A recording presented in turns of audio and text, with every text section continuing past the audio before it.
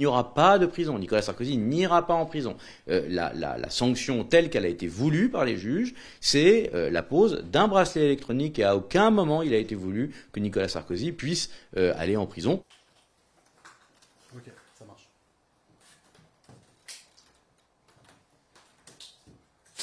Mais c'est pas moi qui vais m'occuper donc je peux rien vous dire. C'est pas moi qui vais aller décider vis-à-vis du juge d'application des peines. Donc on va voir quand le juge.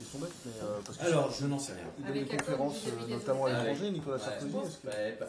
Ça se négocie avec le juge d'application des peines. C'est évidemment une défaite pour Nicolas Sarkozy, mais c'est aussi une défaite pour les libertés fondamentales, pour les droits de la défense, pour le droit au secret professionnel, qui est absolument fondamental. Il est calme, déterminé, il sait que de toutes les façons, il y avait là un risque d'opposition entre la jurisprudence de la Cour de cassation et celle de la Cour européenne des droits de l'homme.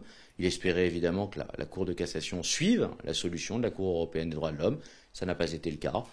Et dans ces conditions, Nicolas Sarkozy va, évidemment, comme il l'a toujours annoncé, s'il n'obtenait pas satisfaction devant les juges français, saisir la Cour européenne des droits de l'homme.